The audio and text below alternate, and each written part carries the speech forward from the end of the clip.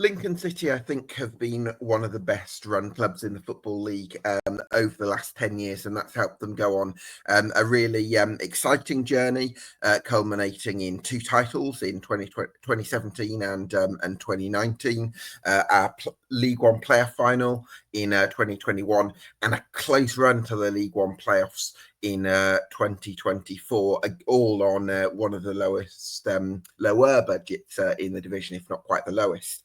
And I think they've done this by building a really exciting young squad, and I think they have that again this year.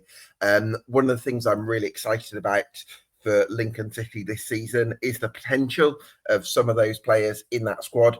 They may lose Ethan Arahan this summer, but they do have players who I think could really come on leaps and bounds this season, because they've got Eric Ring, who's had another year first year to acclimatise to the country. They've got Jack Moylan, who's a very exciting attacking midfielder. They've got Jovan Makama on the right, but they've also added some experience as well in Sonny Bradley in defence, who's just signed the other day, and they've also got James Collins up top, who's got that championship pedigree. So they've got a mix of players, young players bubbling away nicely, and a little bit of experience as well, and a very good technical coach, at least, in Michael Skabala. And they're a bit of a streaky side last season, because either sort of third at the end of either campaign, they were very strong. They did have a slightly dodgy run in the middle of last season, which kind of undermined any playoff bid. But if they can find that consistency over the whole course of this campaign, then maybe even in a division with a tough financial climate, Lincoln City are going to be hoping to be among the playoff contenders next season. Can they do it? That's what we're going to discuss on this Summer Deep Dive.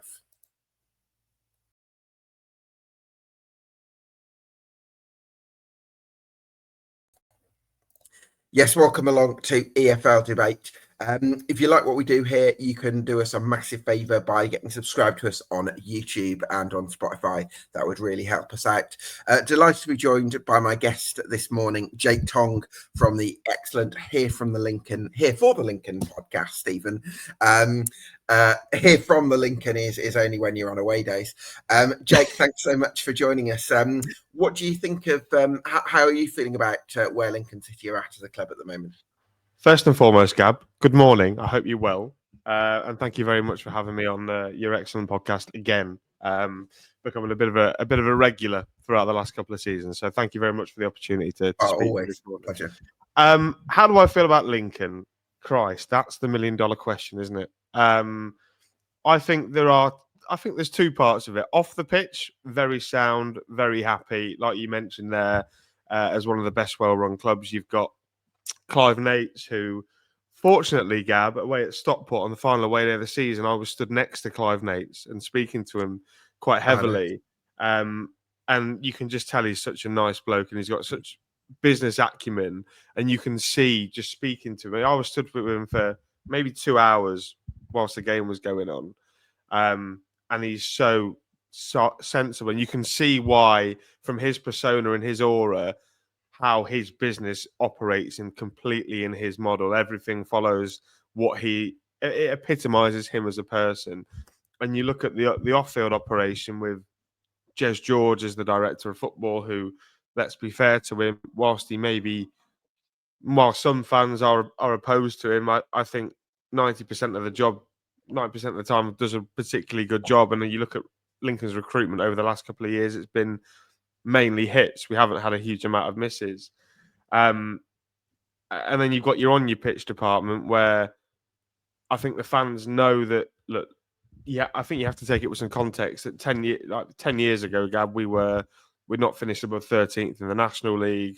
We were not having a great time playing against Tamworth and Hyde United and teams like that, which I think sometimes you have to go through that as a football fan. I mean, you had it with Birmingham this season. You have to play the likes of Lincoln and Burton and teams like that to enjoy being able to go back to the Premier League. So even though I enjoyed that, you've got to take note that that's where we were 10 years ago. To come such a long way, we have come a long way as a football club. We had, like you mentioned in the intro, we've had an awful lot of success. We've won titles. We've won the Pizza Cup. We've got to the playoffs at this level. We nearly got to the playoffs last year, although if you ask Nappers, we did. Yeah, I'm in two different places because I know that the football operation is difficult when you're Lincoln City in League One and there are big clubs in League One. There is massive amount of finance, and I think it tells you everything that we've lost two of our star players, Gab, to teams that finished one directly above us in the league last year in Huddersfield Town, and another one to Reading, who finished 4 places above us in the league. Two of our best players have gone to teams already in our league. So yeah, I'm kind of mixed at the moment. I like the structure. I like the everything going on behind the scenes, but I think on the pitch, I think we just really have to understand our place in the food chain a little bit. I think a lot of fans are quite excited and overeager, and because we've had a couple of good years, maybe supporters are sort of jumping on the back of that. Whereas I think in reality, Lincoln City in League One is not only a fantastic achievement, but incredibly hard to maintain. And you can tell that by the money the club are losing on an annual basis. So, Yeah. yeah, I hope that answers your question. It's exciting because we could do something really special, but then I also think we have to remember where we've come from and who we are exactly. So it's sort of enjoying the ride, but maybe also having a look at what's on the horizon and hoping that might well be at a higher level. Yeah, I think one thing John Coleman always said as Accrington Stanley manager was you can raise expectations, but you can't lower them. So I think if Lincoln City had had the season they just had before the year before where you finished 7th, I think you'd have it would have been seen as a fantastic achievement to finish in the top half. But because it came off the back of finishing 7th, fans are feeling a little bit. But it's kind of understandable in one way, isn't it, Jake? Because the eye does sometimes look towards progress. It's quite a natural human impulse. But you also have got to maintain that perspective, which is Lincoln City being in the top half of League One. It's probably one of the highest positions you've had in the last 40, 50 years of the club, really. Yeah, absolutely. And, I say this to Nappers all the time, and he says it to me. Lincoln City being in the top half of League One, we're disappointed that we came 11th last year. That just shows you the well, some of us were disappointed, maybe not all of us, but that shows you, like we said, the growth from coming out of the National League into League Two, and then all of a sudden competing at a decent level in League One. Because I think 4 of our 6 seasons that we've had in the league, Gab, we finished in the top half, which I think is a pretty nifty achievement for probably someone that has a similar sort of budget that we do. So, yeah, I do get your point. Progress. Everyone wants to look at what's next, and we hear all about it all the time. The investment that will come from the Americans if we are able to get promoted will go up a scale compared to what it is now. That's really exciting, and we've seen clubs do it before, haven't we? I mean, the season we nearly got into the playoffs and came 7th, it was Oxford United, Lincoln and Oxford, not a huge amount between them. You've seen what they've gone on to achieve. I feel like we're maybe 2 or 3 years behind Oxford United. So hopefully, if we can continue in that vein, we always have been over the last sort of 6 years or so behind them by a couple of years. If we can take that jump and admire them, because what they've done is they've gone into they got promoted into the Championship, maybe surprisingly, given the way they ended the 23-24 season. But when they got in there, they've not only invested, but they've also, they've been smart, haven't they? And they've stayed up, and they deserve to stay up last season. So I think that's really that's what Lincoln fans are looking at. Well, if Oxford can do it, we're not too dissimilar from Oxford, and hopefully we can do it. But we've got the right people behind the scenes, and we've got some good coaches in the building, and hopefully, they can release their potential. Like you said at the start, Gab, we've got a really good, promising young squad that if they're all on song and if they're all fulfilling their potential, and I'm not naive to think that they're all going to do it this year. It might be 2 years down the line. It might be 3 years down the line. We might have to sell some to bring some more in. The future could be really, really exciting for Lincoln with all the assets that we've got. Yeah, let's hope that's the case. You mentioned recruitment there under Jez George, and there's been a bit of a change around in that department. You've lost Mark Tracy to Luton Town, the chief scout, but you've also appointed Joe Hutchinson as in a player ID role. And one thing I like about that is that Hutchinson, well, first of all, Hutchinson had a role in some other previous recruitment at the club in recent years that was very successful. Mm-hmm. But also, when he was at Grimsby Town, he had a role of head of recruitment.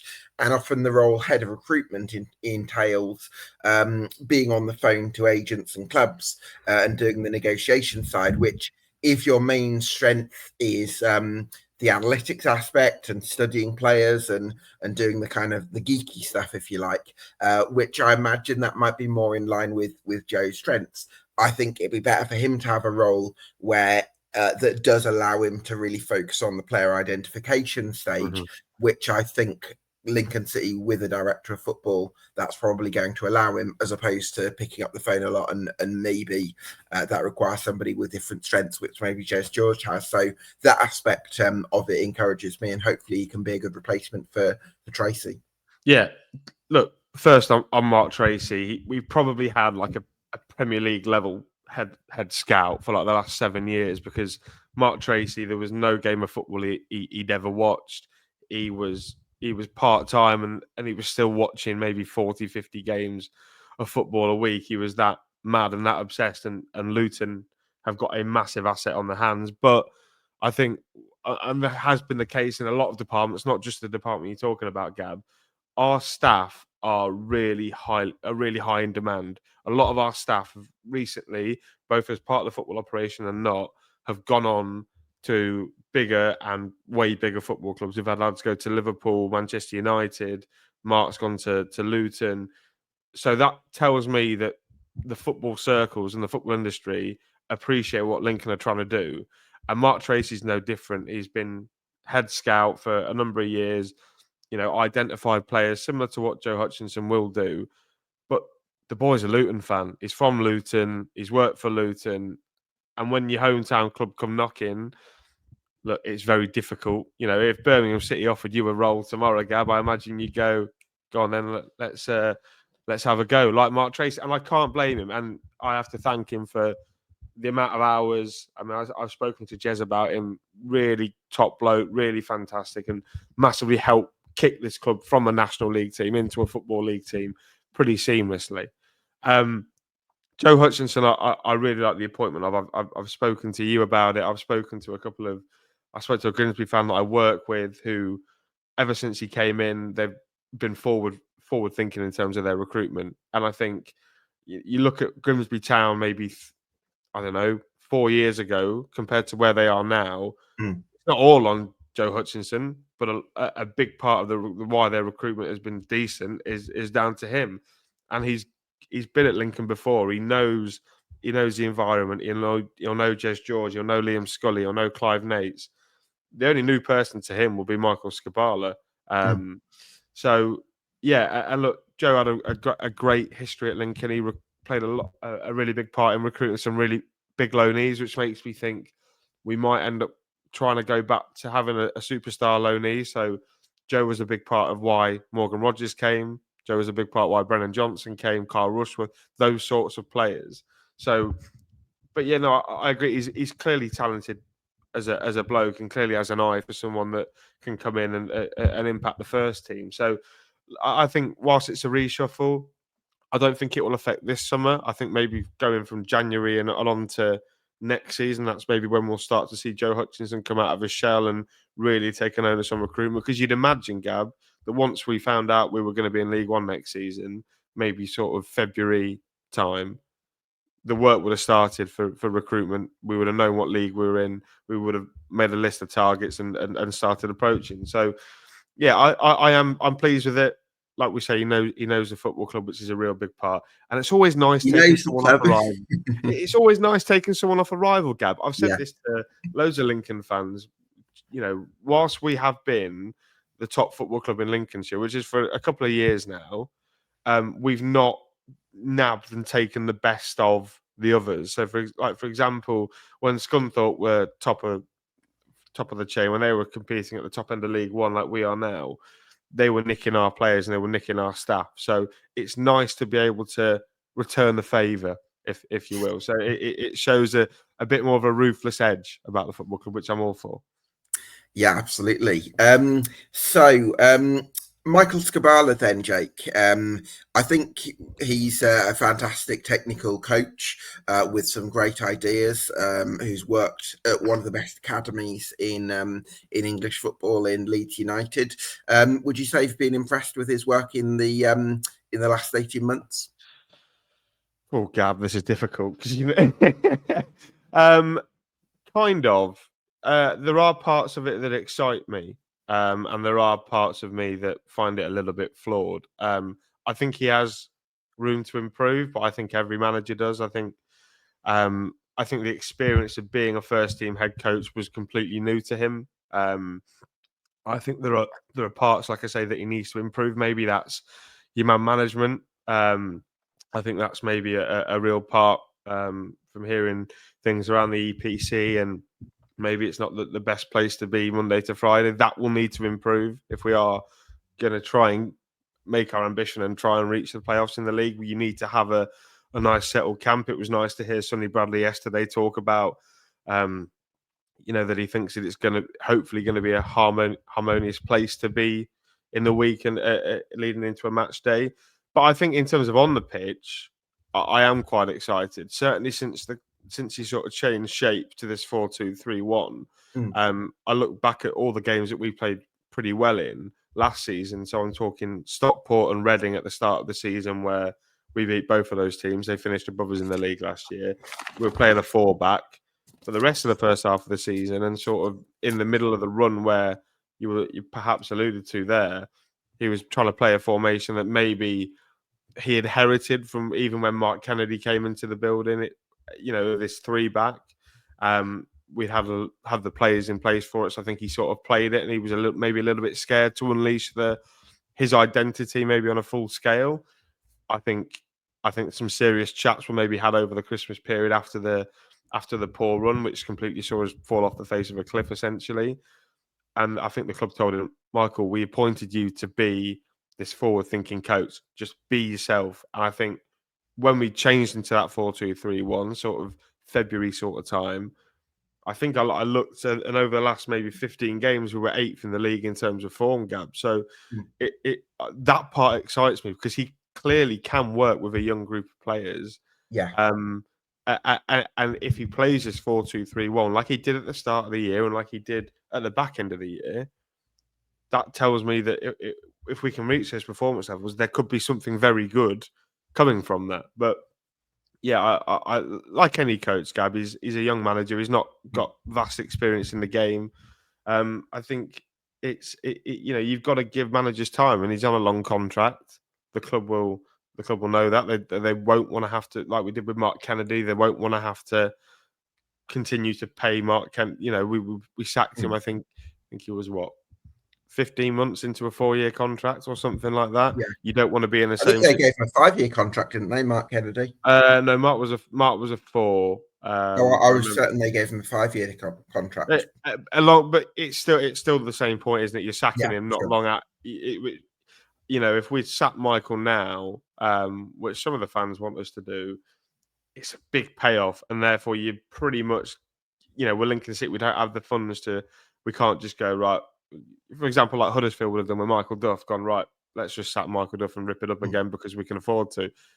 Lincoln City can't afford to do that because we don't. We're already losing money as it is. To sack a manager with 3 years left on the contract is probably going to cost you, I would guess, I don't know, in the equate of £500,000 roughly. So, I'm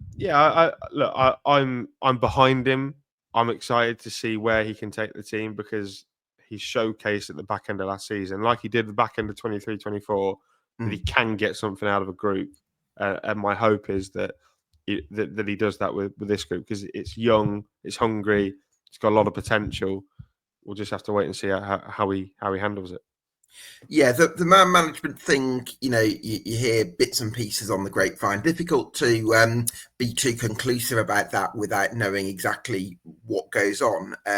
But I think that let's presume for the purposes of this that Michael Scabala's skill set is weighted far more to innovative tactical ideas and individual player development and a lot of the more technical side of coaching. Let's assume that that's more his more what he's better at.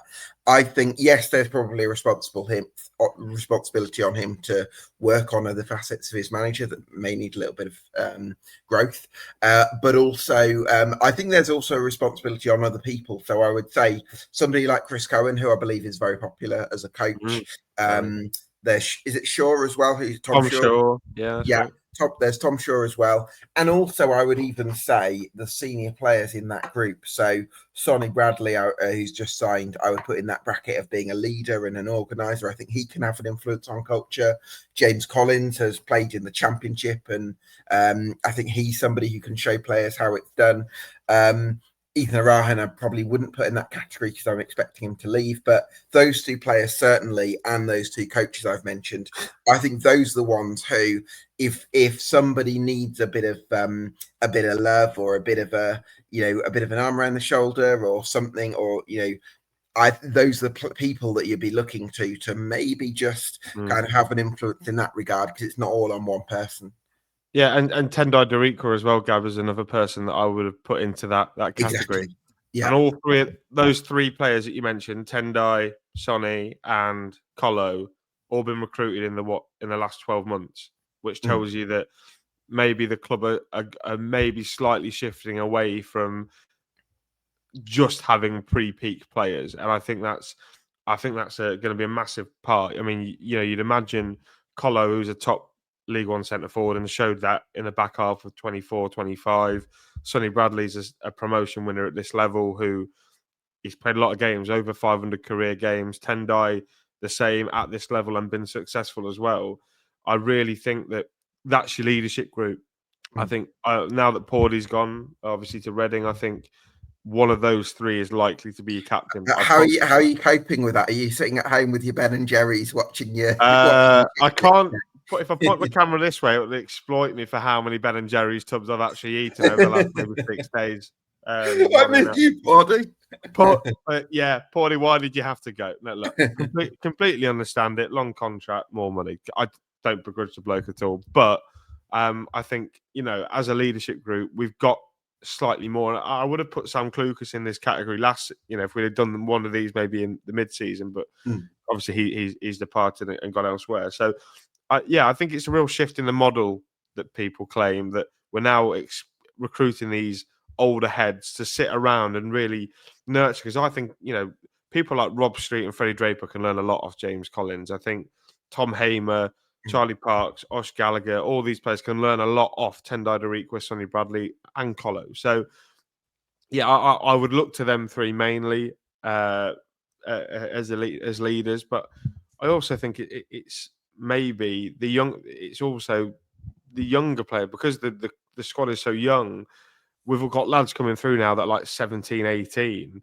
Then you're looking at your lads of Freddie and Jovan, who have come through the academy themselves to sort of take on a little bit of a mentorship role to them lads. So whilst Freddie and Jove are getting mentored by Colo and Sonny Bradley and whatever, I think it's sort of, there's a lot of onus on those sorts of players who have come through the academy to then look after little Zane Okoro or look after Charlie Parks and Bola Okiwoyi. So I think that would be beneficial for them going forward, but for the new lads that are just signed pro as well. Yeah, absolutely. Right, let's have a look at the squad then, Jake. George Wickens in goal. I think he's one person, when I spoke to you the other night, you were pretty confident that George Wickens is one who's going to shoot up another level. Now he's had a year to get his feet under the goalposts. His feet under the goal. That would be pretty painful, Gav, wouldn't it? It would now. I wouldn't recommend it. Yeah, George Wickens. I know Sue's watching, so I have to refer to him as GG for Sue. There you are, Sue. Yeah, George is a goalkeeper I like.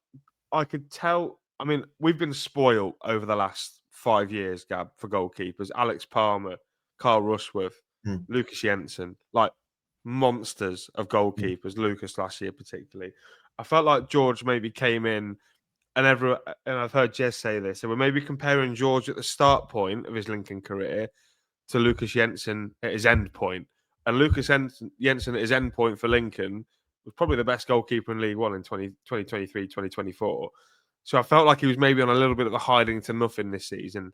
And to be honest, he did make a couple of mistakes early doors. That sort of first half of the season, there were a couple of goals. There was a couple of moments where he was maybe stuck to his line. But then he had an injury. Zach Geacock came in and deputised pretty well. And coming back from injury, George Wickens turned into a completely different goalkeeper. He looked like someone that had the confidence, and he was playing in front of a back four that was pretty similar every week. And his performances got really good. I'm talking from maybe New Year all the way to the end of the season. I was pretty impressed with George Wickens. And he's only 23. He's still got 3 years left on a contract. Fulham wanted to keep him when we signed him last year. Everything points to George Wickens having a much better season in 25, 26. If he can continue that confidence, look, I think he can grow into a real top keeper. And, there's certainly, it's an area where Lincoln have done well in the past. So hopefully it's an area that we can continue to develop in. And whilst we've got George, who's the number one now and the nice, pretty face in the team, secretly bubbling away, you've got Zach Geacock, who's, you would know, Gab, yourself, still only a young for a goalkeeper, who the club, when they signed him, basically put out and said, Zach Geacock is a future Lincoln City number one. We just need to give him a bit of time. Kept a clean sheet against Jose Mourinho's Tottenham in 2020 in a friendly. They are then, Gab. Well, and he's a blue nose, so I'd have thought you'd like him anyway. But what more? What more could you ask for? To be fair to Zach, I mean, he had a loan spell at Southend last season, which didn't go.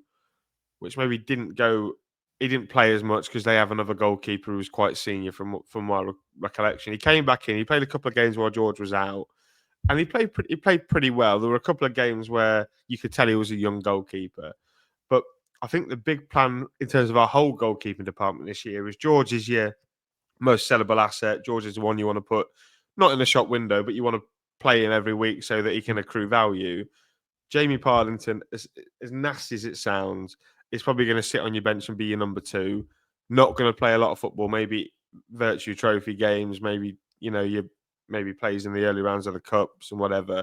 And then I think the plan will be to send Zach Geacock out on loan. Maybe if we can get him to the top end of the National League or into League Two, which would be a really good loan for him, I think. Yeah. To play 46 games, because then if George has a really good season, we sell George with 2 years left on his contract for a big amount of money.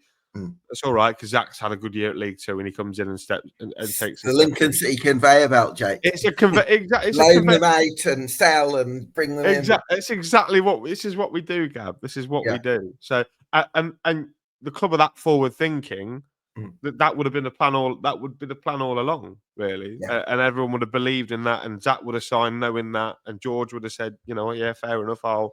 When I go, Zach can be my replace. So. Yeah, and to answer your question, George Wickens, yes, will be number one this year. I'd expect a good loan for Zach Geacock as well. Big things expected from George Wickens. Right back then, Tendai Deliqua, and I might have to hold my hands up a bit on this one, Jake, because at the time he signed a 33-year-old right back, and I had liked Tendai Deliqua from his time at Chesterfield and at Burnley, even in the Championship, and I recognised him as being a quick, strong right back. But I'm surprised at how he's been able to retain his athleticism into his veteran years, but from a point of view of setting an example, and also, like, Lincoln City have a broadly young squad, Jake. So if Tendai Deliqua, I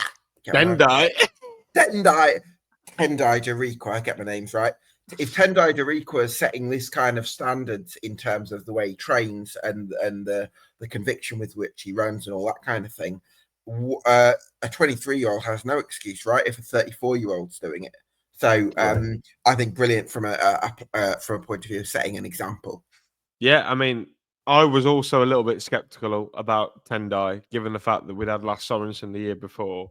But my goodness, I didn't need to be worried, because I this might sound a bit mental. I think Tendai Deliqua 24-25 was as good as Lars Sorensen 23-24. It's how good he was. He won all the end of season awards, fan player of the year, players player, managers. But he won everything, and that's in front of Paudie O'Connor, who I thought was a shoe on for those awards. Yeah, Tendai's been a big part, and to be fair, he's played a number of positions this year. He's sort of played right wing back, he's played right back, he's played right centre back when we had a mini injury crisis at centre half, and he's so impressive. Like you say, the club saw it as a real market opportunity. Someone that had been experienced at this level with Wigan, captained the team to winning the league title. And saw a real opportunity, given he'd been out in Cyprus. He was local to the football club. He was living in Nottingham at the time, and it was clever, wasn't it? Because Tendai's come in, made the position his own. Clearly, like one of the fittest blokes, not in that way, but in terms of his physical fitness. At his age, to do it is miraculous. I mean, I think it was even maybe like back end of the season. I think it was our penultimate home game. I can't remember who it was against, but like 90th minute, like Tendai just took off from the 18-yard lock and just cleared off right down the other end of the pitch. I thought, after playing all the amount of games that he has for his age, not to be ageist, to be doing that at that point of the season is really impressive. And like you say, not only does Tendai come with high performance levels on the pitch, we've already mentioned it, he comes with standards off the pitch. He'll be part of that leadership group. A lot of Lincoln fans want him to be captain next season, which tells you everything. And I think Tendai has been really good for the group overall, not only his performances, but in terms of his mentoring of Jovan and players like that, and Freddie and other young lads we've had in the group. I think they've learnt a lot of Tendai, which is why I think really a lot of people would have underestimated him, but he's just been a fantastic signing and a real impact. And hopefully, look, he's another year older this year. I'm hoping we can have a similar sort of impact. If not, you may be talking about needing a backup right back to maybe come in, play understudy, and learn off him a little bit. Yeah. But I was going to actually ask you about that, Jake. I think if I was sort of looking at this area now, I would sign a 21-year-old right back who's quite close to the beginning of their peak years, but so they could make it. Would be ready to come in and make a contribution if Dariqua isn't able to maintain his current levels. But it's this kind of thing where we don't quite know if and when Dariqua might drop off a level, but you've got somebody who's doing this, if you like. I think a 21-year-old player who's got some potential and could be ready to star, maybe not this season, but maybe the following campaign, who's on that kind of trajectory.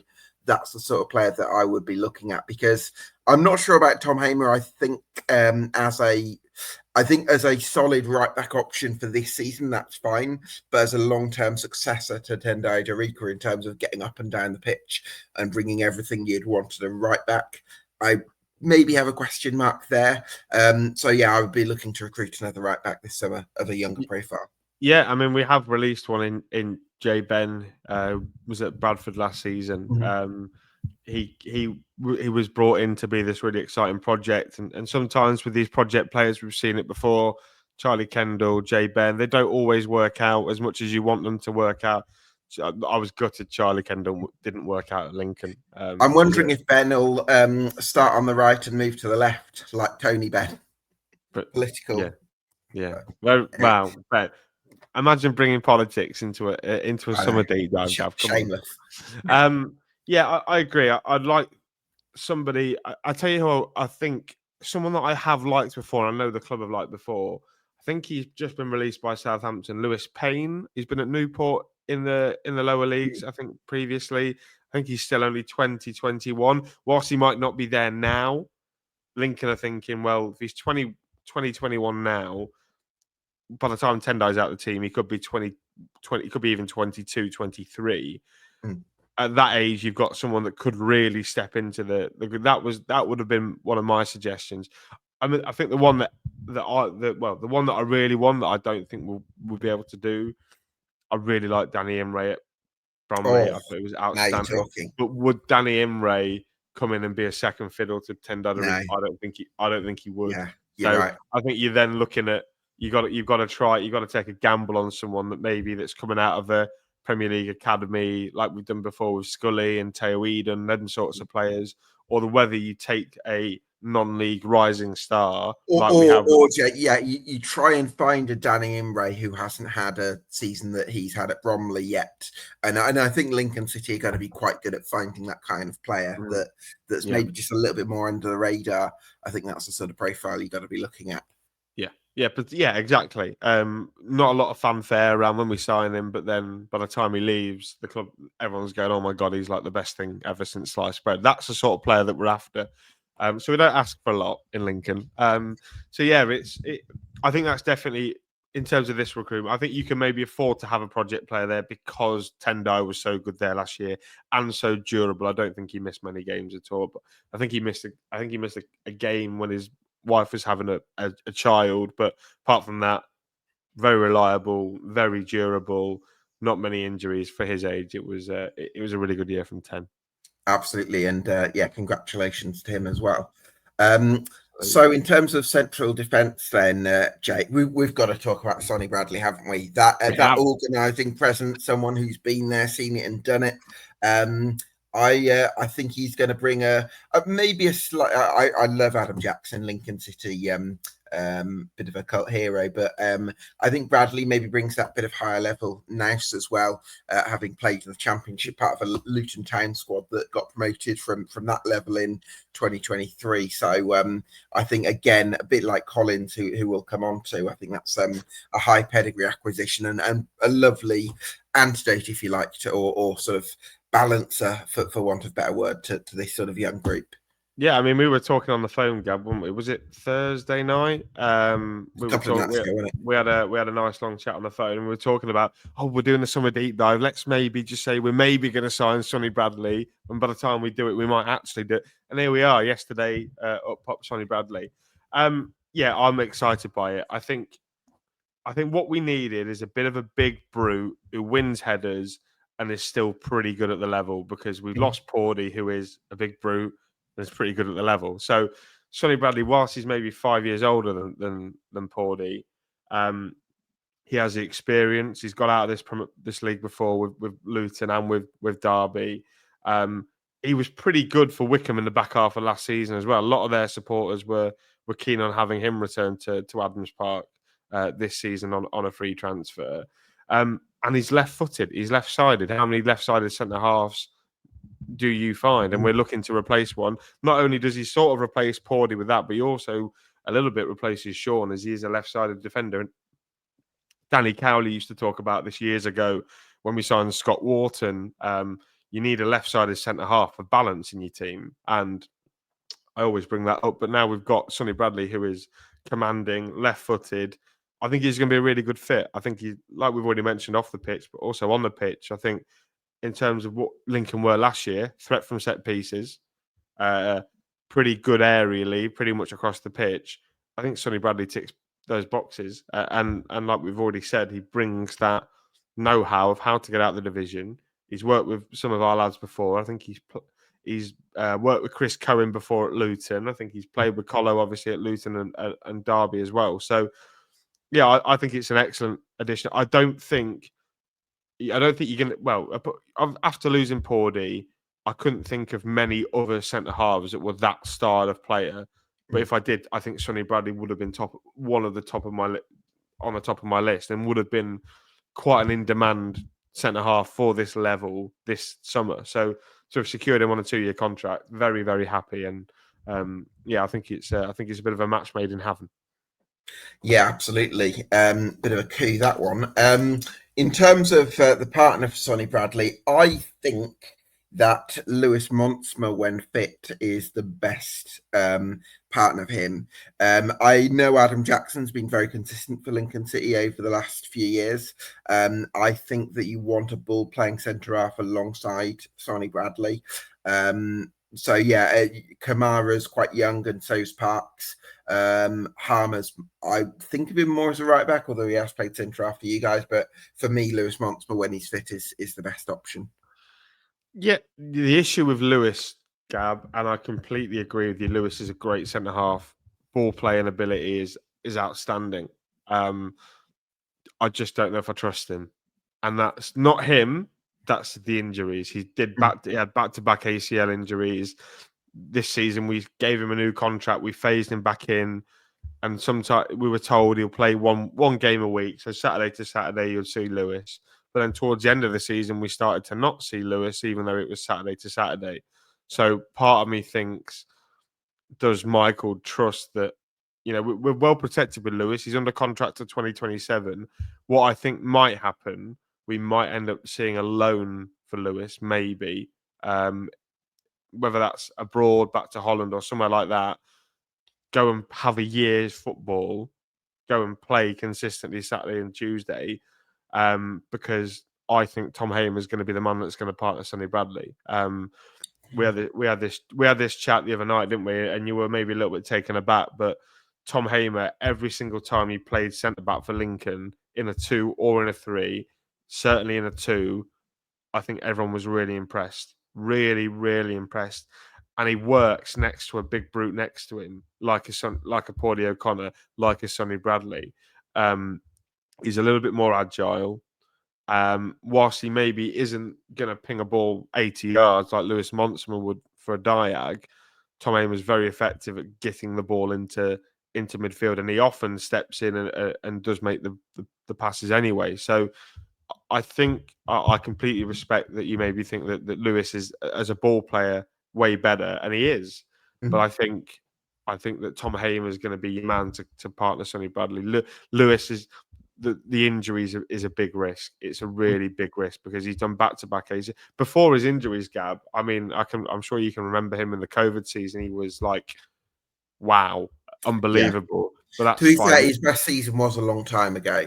5 years. That was 5 years ago, and Mm. he's not played a huge amount of football since. So that would be my only concern really with Lewis. Yeah, it's tough. And then you've got Jacko, who I think the club sort of triggered his extension for another year.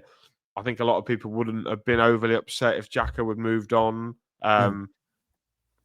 I think because not Jack. I love Jacko. He's big. He heads the ball away. He's a great player. But whether he would have been, I think the understanding will be that he's going to probably be a backup this year. Whether he would have been happy with that and maybe wanted to move a little bit closer to the northeast to play football weekly, I would have guessed maybe would have been something to his consideration. But yeah, Tom Hamer for me. I think we could maybe still do with another centre half. Maybe if we're saying Lewis might go out on loan, I think you could maybe bring in a young lad from a Premier League team. Yeah. I like Zach Abbott at Forest. I think he's he's from Lincoln as well, so he's Right. a really talented player that's played for Nottingham Forest. I think he played in the FA Cup semi-final against Man City, so clearly highly thought of there. And we have a good relationship with Forest, so potentially one to keep your eye on. With Chris Cohen, I suppose, as well. Yeah, I mean, in terms of I take your point on Tom Hamer. Hopefully, he can have a big season in central defence and reinvent himself a little bit. One thing I would like to ask you about is MJ Kamara and Parks as well. Are those two centre halves who maybe not for this season, but in terms of the longer term picture, centre halves you've kind of got your eye on? Oh, massively. MJ Kamara, I watched him a lot in pre-season last year out in Spain in games against Harrogate and Oldham. He was holding his own against Preston, Oldham and Harrogate in those games, respectively. He's had a really good sort of couple of loans at Peterborough Sports. He went out there at the start, had a bit of an injury. I think he broke his foot or broke his toe, and then went back at the back end of last season. And rave reviews there. So that's National League North level. Charlie Parks is a first-year pro. A really cultured centre-half, one that plays the ball out. I watched him in the FA Youth Cup against Wrexham. Big lad, but you wouldn't have thought he plays the way he does because of his height. He's really cultured, loves to play the ball out from the back. He's a threat aerially as well. So those are two maybe for the long term. I'd imagine they both go out on loan.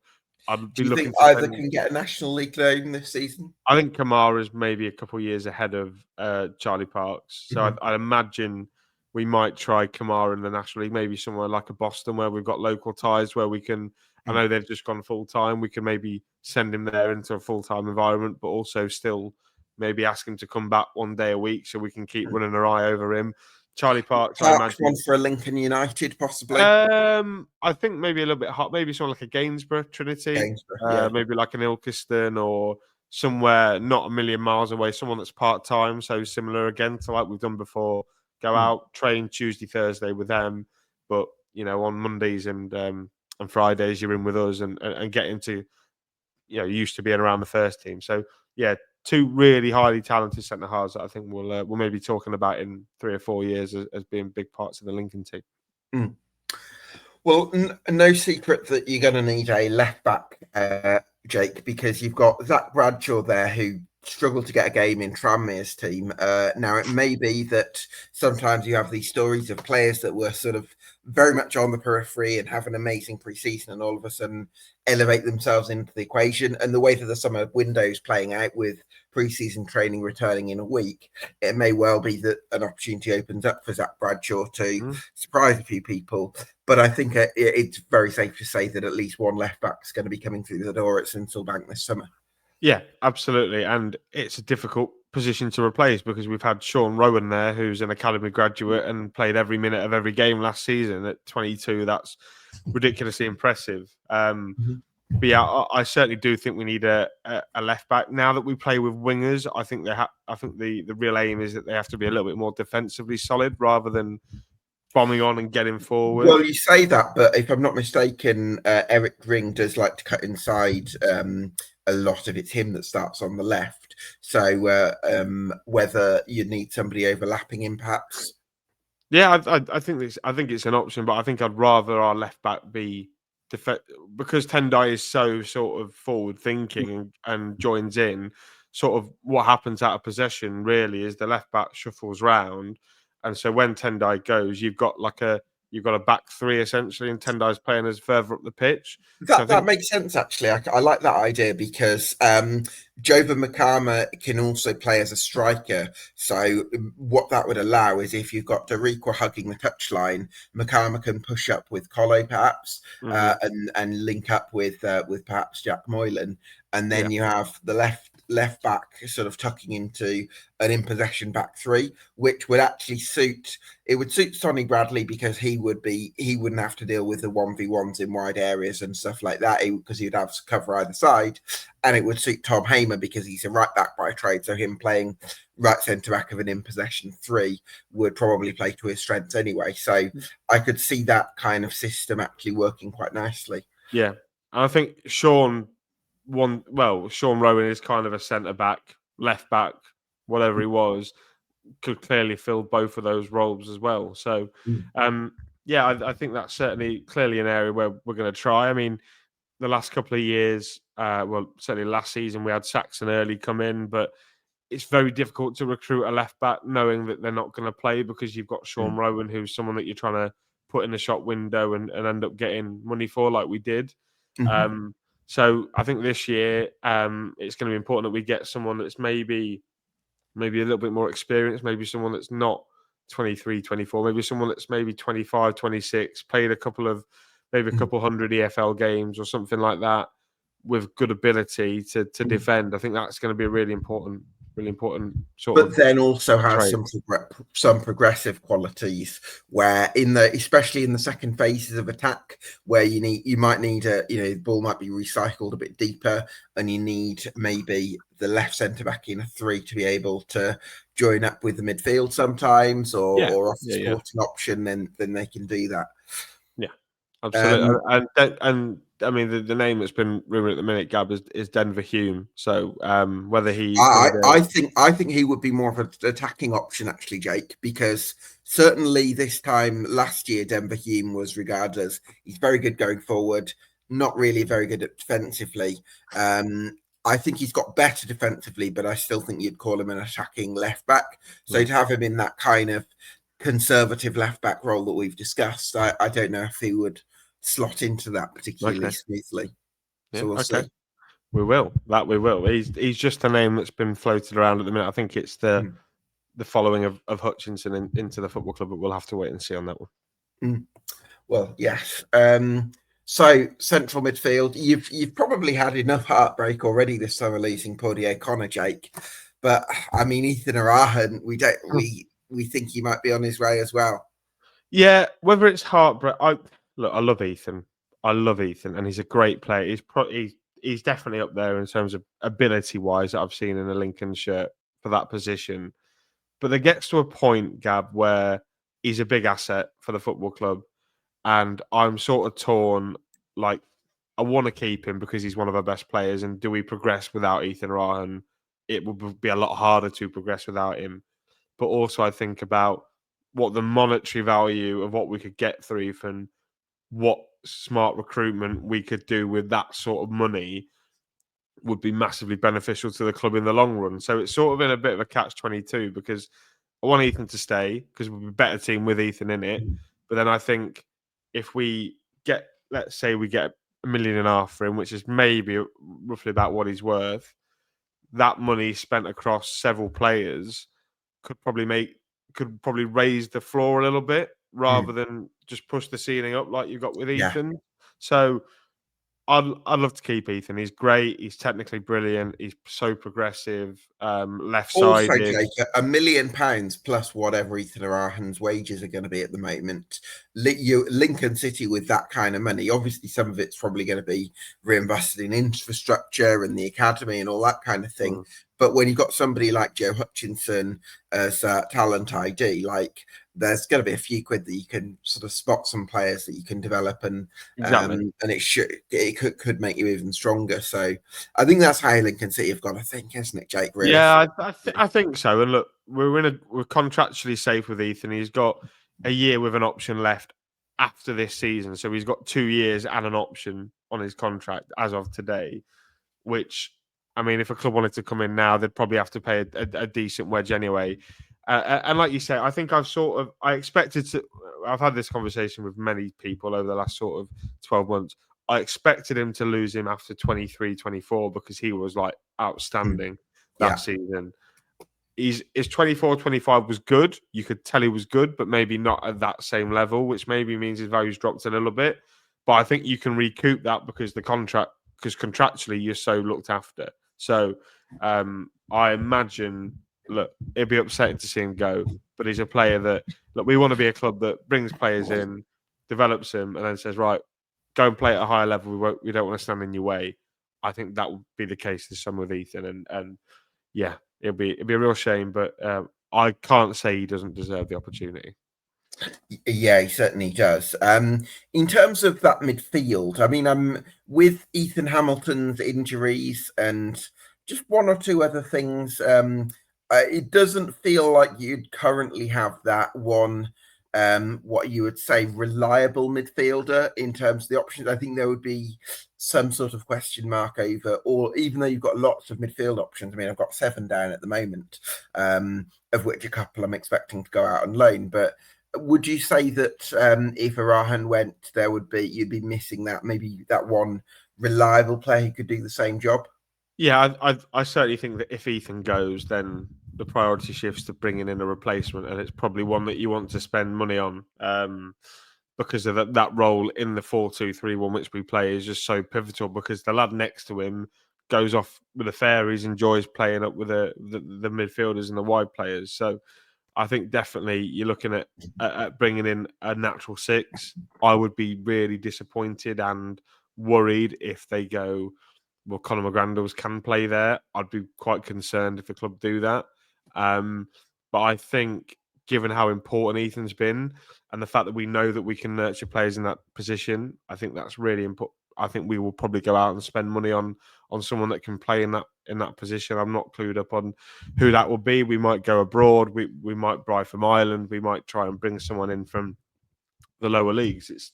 We don't know, but certainly a defensive midfielder.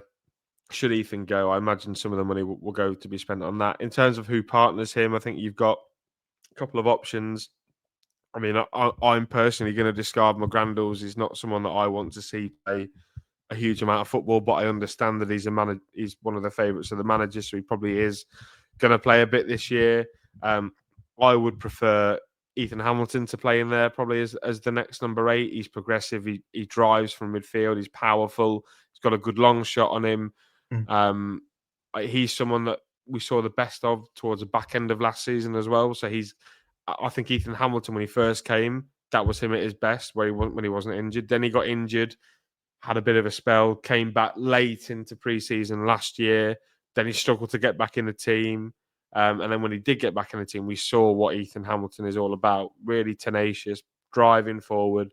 That left foot is as powerful as anything. So, yeah, I'd like to see that. But then you've got Bayliss as the more creative option if you want to stick it. Maybe if you're playing a team that's going to sit with a low block, you maybe play Bayliss so that you've got someone that can dictate and play those intricate through balls from slightly deeper, as well as having another number 10 on the pitch. So I think between Hamilton and Bayliss, depending on who you're playing, I think you could probably work around that throughout the course of the season. But as long as you bring in a designated six, because you're going to need a six in against anyone that you play against, even teams like, for example, teams that have got promoted that may not be that up the top of the league. You still need a six to try and combat those counter attacks, because they will at some point happen. So definitely an Ethan replacement is going to be needed. Certainly is, yeah. I wanted to ask you about Oisin Gallagher, Jake, and whether you think, because he's a name that's been around for a couple of years now, I'm wondering if you feel like he's somebody who might just need one more loan spell before he's ready to rock and roll with the first team. Yeah, I think so. And he was having a really, really good loan at Boston United in the National League before he got his leg broken away at Barnet, which is a real shame for him. He's still only young. I still think he's only 20. I remember, I think it was maybe 3 years ago, Gab, that I started bringing him up to you. Really talented, cultured, left-footed midfielder. He came back in a couple of Virtue Trophy games, because I think you can bring back your loan players in that competition. He's played against Man City's kids. He played in the group games of that and looked pretty decent. So I'd maybe be looking at trying to send him to maybe a team with aspirations of the playoffs in the National League. Maybe someone that's fairly local, if we can. If not, it would be a good experience for him to go and live away. I think maybe I've actually taught myself into that, because it's a little bit better. But going and living away from home and trying that. So yeah, I think we're one loan away for Osh, but I think once he gets in, I don't think he's going to look back, because he's super talented. Yeah, so that's certainly very exciting. I did want to ask you again about Tom Bayliss, Jake, because he is one of those players who can thread the ball through the eye of the needle. Hasn't, probably fair to say, career-wise, hasn't had things all his own way over the last few years. Do you think that we could be seeing a renaissance for Bayliss next season? I think so. I think a big part of why Tom Bayliss maybe will get the nod more times maybe than Ethan Hamilton is because of his set piece delivery. I mean, if you look at set piece delivery, he must have got a number of assists and he scored directly from a corner against Bristol Rovers as well. So yeah, I think so. I think we're starting to see. My only concern with Tom Bayliss, my only critic maybe, is maybe that when the going gets tough and there's a tackle in midfield that he needs to put his foot on, or he needs to put his foot in somewhere where he might get hurt, he just often skimps around it a little bit, maybe pulls out, and he doesn't quite go in with the same full force, and the ball deflects and it goes in an advantageous position for the opposition. That's my only critic of Tom Bayliss. But apart from that, I think we could be seeing a real renaissance. He's really, like I say, some of the passes that he can make, the runs, the third round runs that he makes in the 8th position, and you couple all that with his set piece delivery, I think he's a really, really, I think he'll be a really good player at this level. He needs just a regular run of games. I think that's what's going to be key to Tom Bayliss, because sometimes he was in the team and out the team and in the team and out the team. I think if Tom Bayliss wants to really cement himself as a top player at League One level, he needs to maybe play 15 games in a row, and then you'll see the best of him. Dom Jeffries, then, Jake. He played left wing back for much of last season, but since you've moved to 4-2-3-1, I imagine it's been difficult for him to find those opportunities. I'm just wondering whether you think he can sort of reinvent himself, if you like, as a central midfielder. Yeah, well, I mean, you're speaking to the founder of the Dom Jeffries supporters fan club here. Oh my, okay. I'm a big fan of Dom Jeffries. I love his energy. I love his Mm. energy, which maybe thinks that maybe he could slot in and be the number 8 next to an Ethan, an Arahan or a Arahan. God, I say his name so many times. I don't know. I can't. Ethan Arahan. I used to call it Ethan Hahon, Yes, but I've realised. I remember. I remember going, oh god. Yeah. Gab's bugging it up again. Yeah, no, it was. Yeah, I think so. But I also think there's maybe a place for Dom. Maybe we've discussed it before we came on. Maybe even as a left back, or maybe as because he's so energetic and he doesn't stop. I think he could maybe be really effective as a wide player in the three behind the centre forward. Is he going to be creative enough as a wide player? Maybe he doesn't create but what he does is he runs into space, and then that creates your opportunities for your Tom Bayliss or your Jack Moylan or your James Collins and other more attacking players. So I think he's a functional winger, maybe not your sexy winger like Jovan Makama is, but in terms of someone that's good for the team, creating space, constantly hassling defenders, fullbacks, and often wins the ball high up the pitch. I think he could be really useful there or at left back. Certainly feel like his future at Lincoln is down the left-hand side in some capacity. But when he did play in midfield, I seem to remember Crawley away in the horrific 3-0 defeat away at Crawley last season. He played in midfield and was outstanding. So I think he's got that utility man sort of vibe around him. And I think, if we have injury crises here or there, I think he could probably step in midfield, out wide, that sort of thing with Dom. But I think he's a really, really big asset for us as well. And still only 23, Gab, as well, Dom Jeffries, so still young as well. And his versatility could be helpful if he can perform multiple positions. So I want to just rounding off on the midfield. You've not for next season so much, but general one to watch, a bit like Ocean Gallagher, maybe a bit further back. Okaloy, is that how you say his name? Ola Okiwoi. Okiwoi, sorry, my apologies. Ola Okiwoi. How are you feeling about his prospects in terms of the medium to long term? Yeah, well, he's had a good loan spell at Lincoln United this season, as well as being part of an under-18s side that have gone as far in the FA Youth Cup as we've ever gone. So positivity around Bowler. He sort of played as an 8/10 in that team, dependent on who we have available, because sometimes the 18s, like for example, we had a nice patch of the season where after the FA Youth Cup, where Zane was off at Bournemouth, and Bowler had to play the number 10 instead of Zane. So look, he's a young lad. He's been on the bench a number of times. He's not really come on and played first team football yet. I'd be maybe looking again similar to where we're going to send Parksy. Maybe you can send them on loan to the same club. Then they've got a little bit of continuity. Somewhere where he's going to play 40, 45 games, because I think the FA, the under 18s only play about 30 games a season, then the Youth Cup. So you want to try and, just harden him up a little bit, get him used to playing football, and then in a year's time we can reevaluate. And again, similar to Parksy, a couple of years behind the likes of Osh and an MJ Kamara. So yeah, we'll wait and see. But certainly, I mean, put it this way, he was one of 3 players from a group of 14 or 15 to get a pro deal. So clearly the football club see him as a really talented prospect. Certainly is. Now let's move on to Jovan Makama. Oh yes, because you're a bit of a Jovan's witness. So not as much as Lep, but I am a big Jovan's witness. Yes. So talk to me about the breakthrough season that Jovan Makama enjoyed last season. Oh, brilliant, Gab. I think when he first came into the first team, that is, because he's big and because he's a big lad, people just assume he's a hold-up centre forward. And when you actually look at where he played for the 18s when he was in the 18s under Tom Shaw, he played as a right winger. So why on earth Mark Kennedy and then Michael Skibala insisted we're playing him as a centre forward? But that's the other thing, Jake. It's not like he's super strong, I wouldn't say. It's like he is. He is. Okay. Oh, Gav, I tell you what, mate. he's chest pressing like the 50 dumbbells in the gym. Jovan Oh, McCarthy. okay, right. So.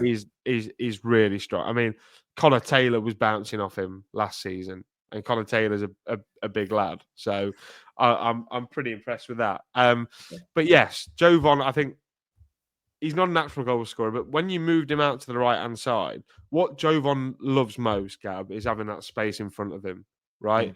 And because as we've become more of an established League One team, more teams come to Central Bank. And I mean, fans of bigger teams will see this all the time, but they slightly sit a little bit deeper. There's not as much room in behind the centre halves and between them and the goalkeeper for Jovan to get in behind and actually score. Whereas when he plays out wide, what he can do is he can front the fullback up, knock it past him, and run past him, and he's got room to run He's into very him. agile, I suppose, was the point I was making earlier, is that he seems to be able to kind of have that ability to wriggle away from people that you don't always associate with super physical footballers. Yeah, absolutely. Yeah, and look, this move to the right-hand side has completely revigorated him because he's been outstanding. He's been probably one of the first names on the team sheet alongside your O'Connors, your Rowans, and your Arahans over the last maybe 6 or 7 months. Just outstanding. And he's only 20, 21. And I mean, I think the Jovan Makama I want to see next season is what we saw in March. 8 games, no, six games, I think. I think it was 5 goals, 3 assists in 1 month. That was Jovan Makama at his absolute best. Just defenders were so scared of him, like so scared. I remember the lad at Reading, Garcia, who was meant to be really highly thought of, had a really torrid time against Jovan Makama. He just swept him aside. Bristol Rovers as well couldn't live with him. There are a lot of, and what I like about Jovan now is because he's become a known threat, clubs put 2 men on him, right? And while that might stifle him, it doesn't let him get it down. He still ends up knocking past both of them eventually, but it opens up space for your likes of Collins, or it opens up your space for your likes of Eric Ring or Jack Moylan or whoever it is in the 10 to really cause some damage. So, yeah, really big season last year for Jovan. The challenge for him now is to do it consistently over a full season rather than do it for just half a season. But he's got potential. And only 20 years old as well, Gab. Like, he's just going to go like that. And probably the player in the Lincoln squad that I am most excited about seeing next season. Oof. You're getting me excited now, Jake. Okay, well, I'm really curious to see how Jovan Makaba gets on, because I think I always think for players coming into the first team, it's quite rare that you come in and, if you imagine my pen is a graph, you come straight in here and you do that. It's quite rare. So normally what happens is you come in and you do that, where you gradually improve, you're still getting to grips with the level of football. And then the following season, because you've got your feet under the pitch, I'm using that expression again. Goodness me, Gab. You can tell it's early, can't you? You can do that. And that's what I'd hope that Jovan Makama can do. Yeah, absolutely. And he is probably, and I say this even though we have Ethan Arahan in the team, probably could be the biggest sale that we've got at the club contracted, because you look at he's 20, long longevity on his contract, contractually secure with him. 2028 or 2029? 28, I think. Nice. So 3 years. Let's say he goes bang this year. You've got a 21-year-old who's maybe got double figures for goals and assists in League One and League One this season. Come and give me like £3 or £4 million because then you're buying potential, aren't you? Yeah. And that sort of sale, that's the sort of sale that I think would take Lincoln as a club into the top part of League One. I think that's what everyone's waiting for. So Ethan sale's good. It will bump us up into maybe a chasing playoff team, whereas the sale of Jovan Makama could really make us League One contenders to go up and maybe even get automatically promoted in 2 or 3 years' time if the development suits and if we get the right monetary value for him. A lot of ifs and buts there, but I think certainly he's got everything around him. He's been involved with the first team for 3 years now. He knows the coach. He knows Tom Shaw really well from his time at Derby. I think it's go time for Jove. I think it's go time. Do you know what, Jake? Before this conversation, I wasn't a Jovan's witness, but now I think I've been converted. Oh, good. Good. We'll be knocking on doors soon, Gab. I'll come and we're going to do some door knocking around Birmingham. Absolutely, yeah. We'll go around the streets of Lincoln. So Zayn Akora, geez, we're talking about another talent, Jake. Conveyor belt. It's a conveyor belt. Oh, I love it. The Lincoln City conveyor belt. Talk to me about Zayn Akora. Really excited about this one. Goodness me. I have not been this excited about a player out of our academy in a long time. A long time. He is gifted. I mean, I watched the FA Cup youth run, outstanding in every game, tore Wrexham to pieces, came back and played after that. Well, during that, he actually made his first team debut at Chesham in the Cup, non-league ground, played really well. Played against Man City's under-21s. I think he was 18 at the time. Played against City's under-21. Bear in mind, Man City have got one of the best academies in the world. These will be players that will... like Oscar Bob and people that have been playing for Man City's development department. Simpson Pusey was part of it. Who's a really big prospect in England at the moment. Yeah. He was the best player on the pitch against Man City's under-21s. Jesus Christ. And unfortunately, when you're Lincoln, that sort of that the season he's had for the 18s. I'll speak to a chap, Chris Keneally, whose lad is also in the 18s. His lad's 15, but he plays for the 18s. But he's really, really, he's probably going to be the next one on the conveyor belt. Oh, but Zayn had a really good year for the productive year for the 18s. Goals, assists, performances, and when you play doing that for Lincoln, it gets attention from bigger clubs. And so after the FA Youth Cup run, he went out and spent. We could have sent him out on loan to the National League, or we could have gone and played under 21s football. He went and played under 21s football with Bournemouth, so Premier League setup. He went on trial there. This summer, there's been reported interest from a number of Premier League and Championship teams. Fulham, I think, through the hat in the ring. Bournemouth, Forest, Leicester, really big, well-respected academies. But he's chosen to sign pro at Lincoln, which really excites me. And is it 2028, Jake? Yeah, so it's a 2-year deal with the option of a 3rd year for Lincoln. Wow. And the option's in Lincoln City's favour? Correct, yeah. Brilliant. Wow, that is something I have to give so much credit to the club to. For a lad who's one of the biggest talents in the country, arguably, on the evidence that we've seen so far in terms of his age group, to be able to convince him that Lincoln City is the right place for his short to mid-term development, I think you've done phenomenally well. Yeah. And I think it took a little bit longer than the other 2 first-year pros, because I think the club wanted to make a big deal of it, because he's that far ahead of the other two. Not to diminish Charlie Parks and Bowler, because they're very good players, but I think they wanted to show Zayn, right, we'll do an announcement for you. We'll put you on a longer contract. We'll probably give you more money than the other 2, because your ceiling is literally up there. And he's and he comes from a really good family, Gab. I mean, I think I've told you before, last year we went to Spain for pre-season. Zayn was part of the team that travelled. He came out to Spain. While he didn't play, good for him to be around the first team environment, go abroad for pre-season. And I got speaking to his dad, and his dad is just the loveliest bloke ever. Like, so nice, so grounded. He flies from, every time Zayn's in the squad, he flies out from New York, which is where him and his family are based. Right. Him and his brothers come along.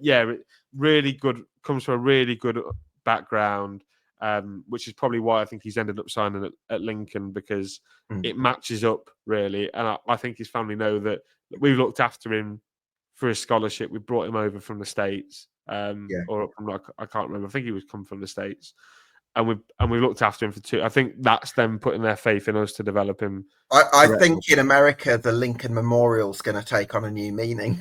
I think, yeah, we'll be, forget Wrexham. We're the biggest club in America soon. Exactly. But yeah, really excited for Zayn. Really, whether this year we see him I imagine, because he's signed a pro deal, I imagine we'll see him given first team minutes quite regularly, I would guess. I think you have to, Jake, because I expect that was... It's difficult with contract negotiations, because whereas with wages, you can put a number on it and it's like that's the offer. With minutes, it's a bit more of a transient topic where you kind of want a feeling that they'll get the opportunities, but you can't always guarantee, and it's circumstances dependent and all that kind of thing.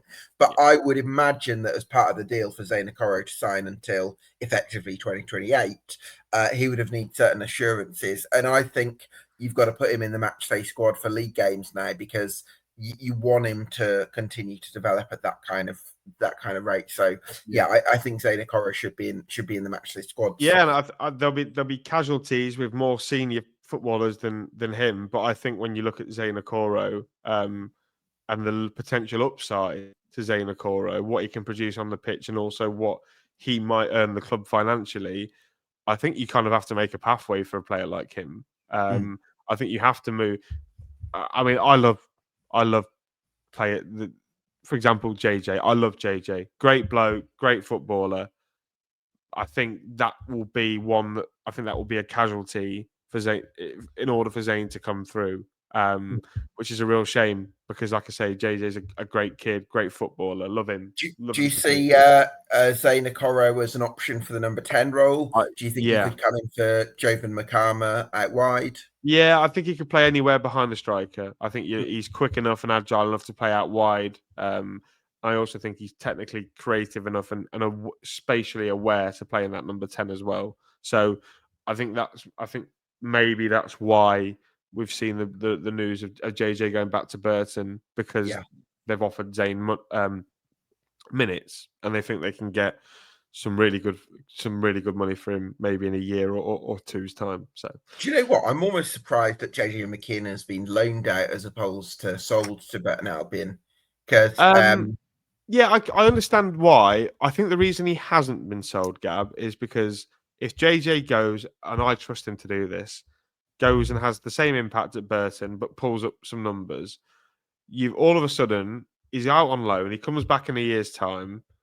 And it's really horrible to be thinking about players as money, as financial assets, but unfortunately that's football, right? JJ McKinnon has a top year for Burton Albion in a system where he knows he's loved, he knows he's going to play. 12 months' time, if JJ has a good year, you've got an asset. Let's say JJ has a breakout season.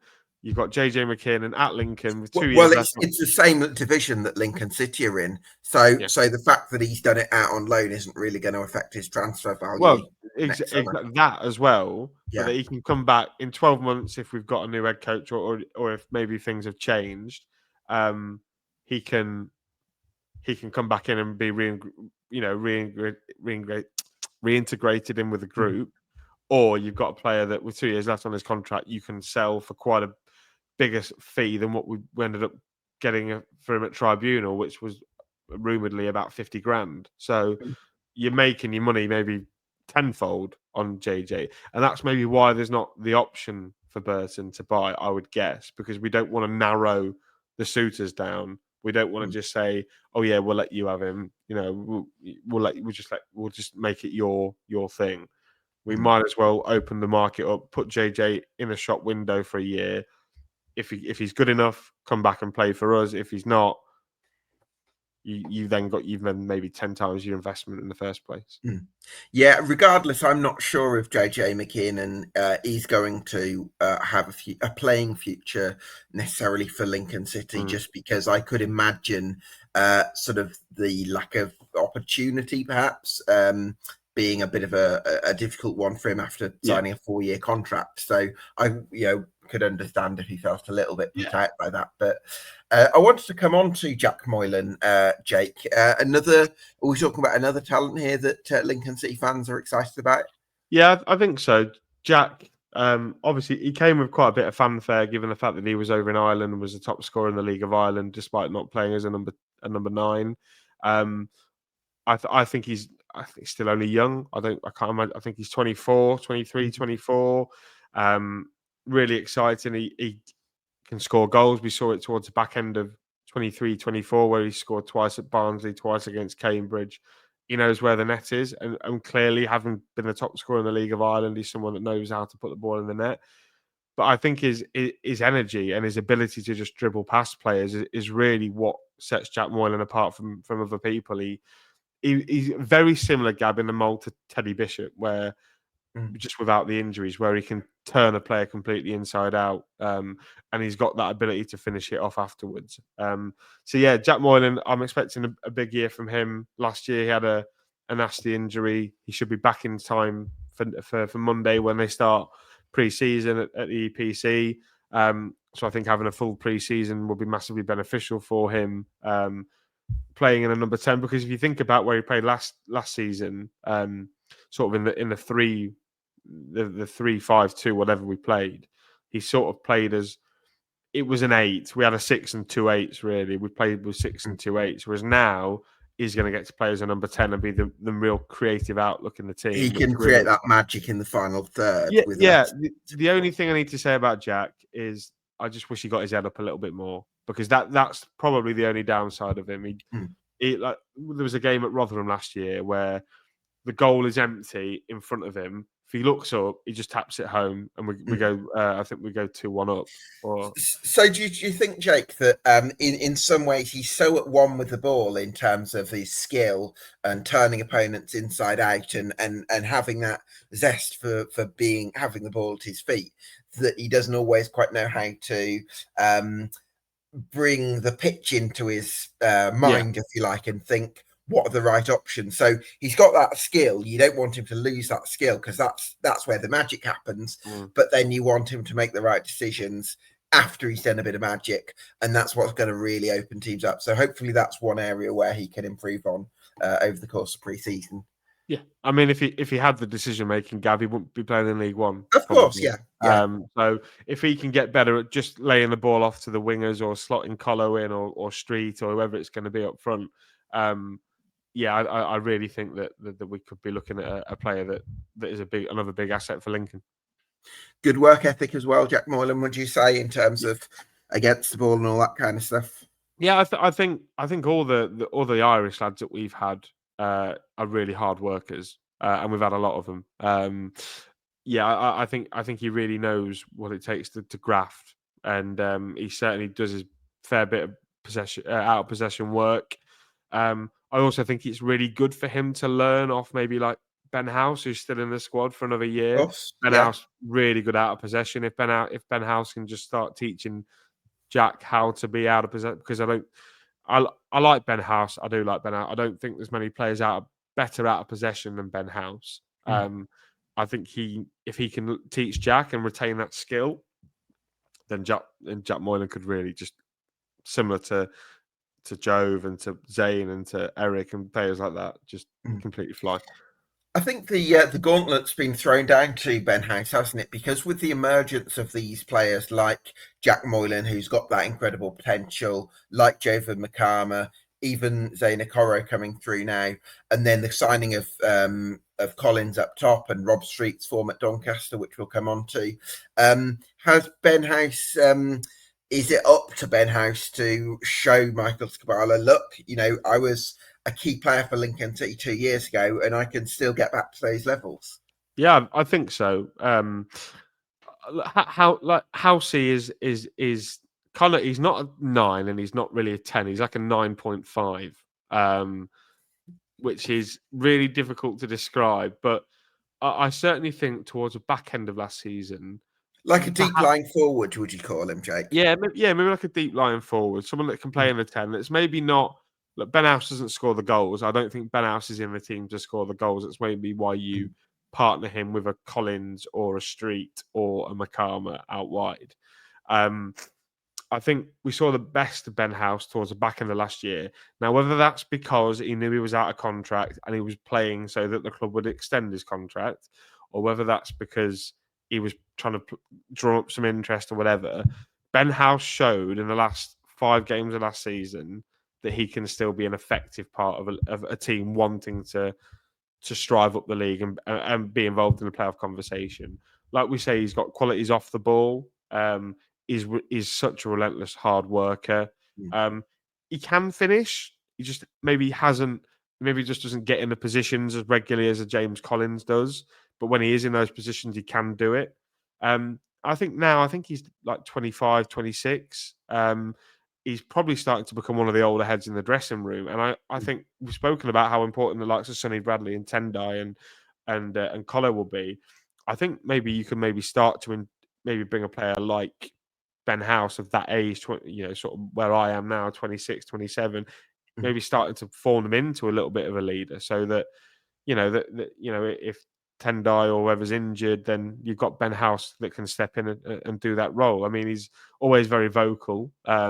Again, my gripe with Ben is that he's maybe too vocal, especially to the referee. That seems to be his downside. But yeah, I certainly think he was worth keeping about. Certainly, if we're going to loan out JJ McKeon and to Burton, I think keeping Ben House as a 10 option and also someone that can play as a 9. I think he could be alongside Street. well, Ben House in the middle with Rob Street. That's the song. No, I love that. That's brilliant. It's madness, Gab, isn't it? It's absolutely I madness. think the squadron have got to be singing that next season, surely. Initiation song I've heard, Gab, in Portugal. Absolutely. So left wing then, Jake, you've got Eric Ring, who, again, first season sort of acclimatizing to the country. We think he's one who could be, who could accelerate his development next season. Big time. Eric, back end of last season, completely different player to when we first signed him. Eric had a tough year. He's never left Sweden.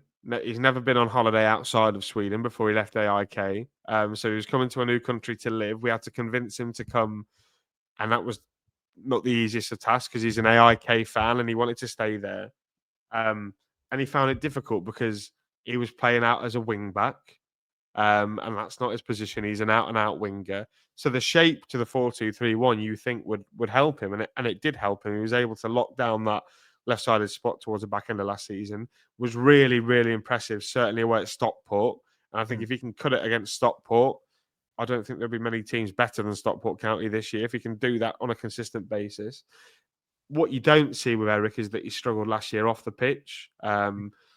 He was really ill over Christmas, lost a lot of weight, was bedbound, homesick as well, probably not seeing much of his parents. His parents had to drive his dog because the dog wouldn't fly, so they had to drive his dog from Stockholm all the way around to Lincoln, which just to try and make him feel a little bit better. But now he's acclimatized to England. He's got a house, he's got a car. I think his partner's moved over now as well. Right.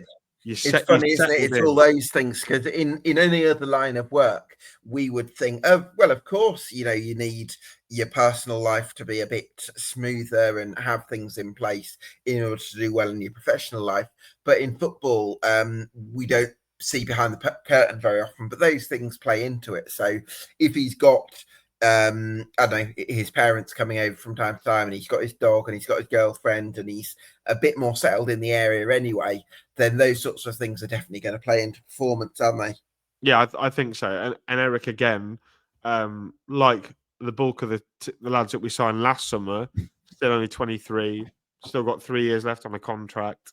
But I was really encouraged by Eric, certainly when he played as a winger in the 4-2-3-1, because he's quick, he's direct, he can beat a man. He had Kyle Noyle for absolute toast at Stockport on a number of occasions, who was a decent right back, and Brad Hill struggled to live with him as well. He scored and set one up that day as well. So I think he's getting there. I think with Eric, we just got to encourage him a little bit more. He's one that, like we say, he's not British. He's used to getting the Swedish league is not so dual heavy. Whereas now we've got to, I looked at I saw him at an event, and he's bulked up massively. Like he's bigger, he's more broad. Which I think he's back to being a healthy weight, and he's I sound like his mother here, don't I? He's eating, Gav, which is good. You're going to be calling him up have you eaten your vegetables, Eric? Yeah, I'll just have to text him now and remind him to see if he's had any breakfast. But yeah, no, I think Eric's could be a really big player for Lincoln this year. Certainly, I think as a left winger, we invested a fee into him like we did with George Wickens and Rob Street and all these sorts of players.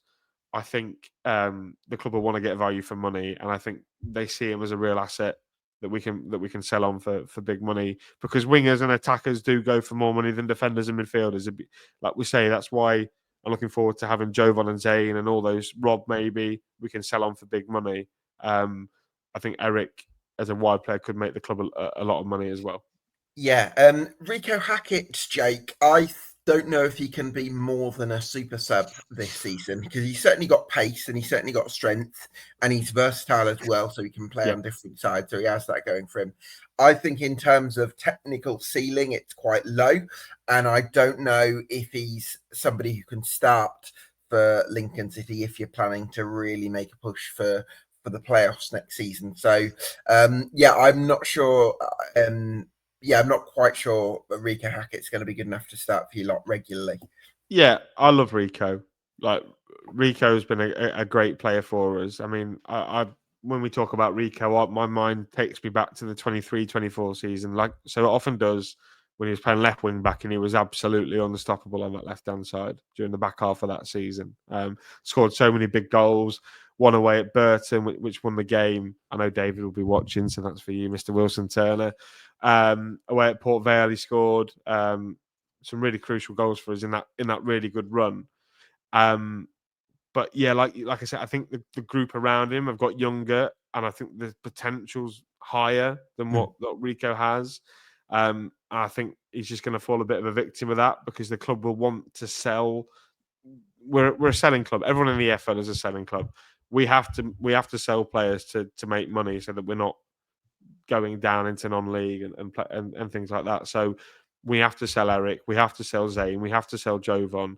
Rico at 27, 28, similar to Ben House, not got a huge amount of upsell. Can't shift him on for a huge amount of money. But I think as a squad option, if, for example, if Eric's injured or if Jove's injured, we can play him out there and know that he'll do a decent job. He can still create. He can still put in some good crosses. He still creates a lot of space. So while I'm not disappointed, I don't think that the room for Rico is there to start. But I think as a squad option, and he always strikes me as the guy that's really friendly around the changing room, always laughing, always joking. Really good bloke, really good character. He was really nice out in Spain as well last year. So one bloke that I think you definitely want to keep him around the changing room, and he has got ability. We've seen it at League One level for the last maybe 5-6 years, because he's playing for Pompey. He has done it in spells. I think with Rico, you just got to hone it down, and I think he can maybe produce 5 moments a season where he maybe wins a game for us. But I don't think there's much more from him in terms of that. Yeah. Well, let's best of luck to him, and certainly I'm sure he'll add to the cultural aspect. In terms of the centre forward position, James Collins, I know you've waxed lyrical, Jake, about the impact Collar had in the second half of the season, so I'd love you to sort of elaborate on that for us. It's so nice going into a summer window where we don't need a starting striker.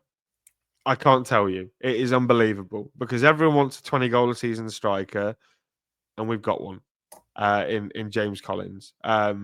His impact last year was outstanding. Certainly, James Collins in League One over the spell of his career has been a 1 in 3 games, 1 goal every 3 games centre forward, and he showed that last season. Experience at the top end of the pitch, a natural finisher. Like, the ball fell to James Collins, you were like, right, it's going to go in, because that's just what Colo does. And like we've already mentioned, he has that experience. I think he helps the likes of Freddie Draper and Jovan Makama. But just in terms of being a focal point at the top end of the pitch, he holds the ball up really well. His movement is so clever. You can see why he's played internationally. He just maybe waits while the centre half runs off, and then he's in a load of space and he's got a shot on goal. And he's a big player. He's a big personality, really big player for us hopefully this year.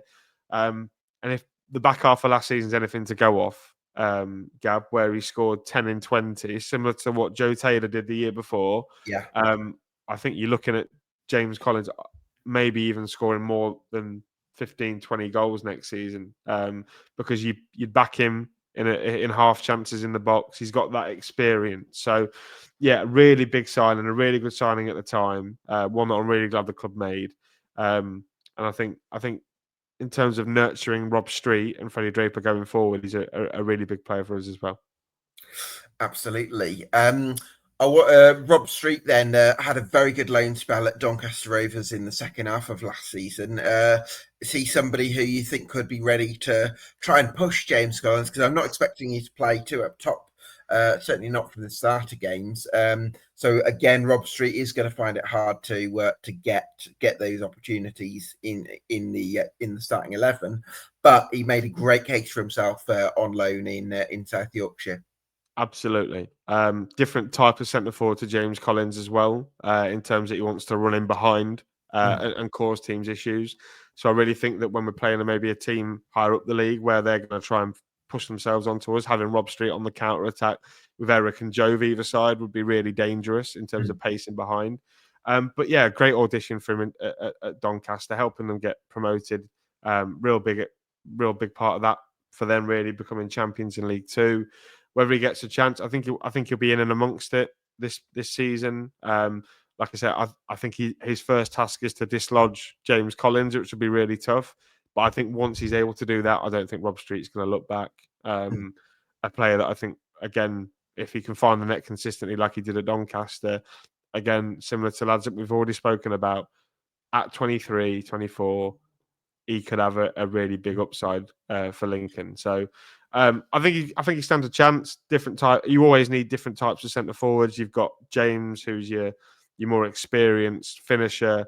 Rob Street, who wants to get in behind, and we've also got Freddie Draper, who can come in and be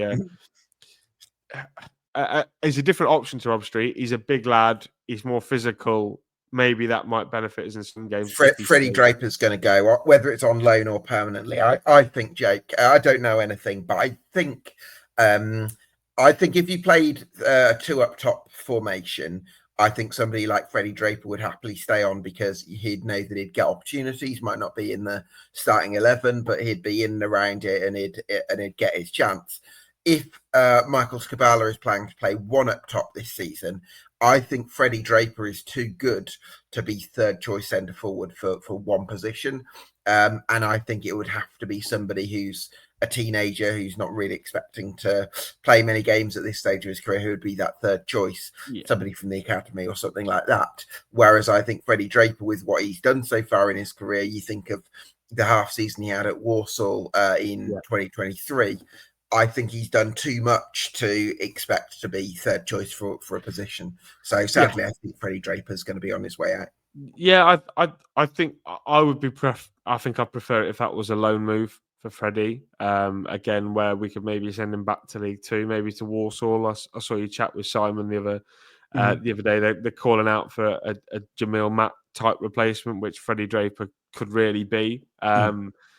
You know, if he hits it off at Walsall like he did last time under Matt Sadler and scores 20 goals in League Two, comes back to Lincoln with 2 years left on his contract, the conveyor belt starts again, and we're talking about selling money. And ultimately, that's what we've got to do. We've got to sell money to compete at the top end of this league, which is where we want to be. So I think that would be wise. I think it would suit Freddie a year of playing football where he knows he's going to play every week. He's going to score goals most weeks. And it's a real good chance for him to get a really good move as well.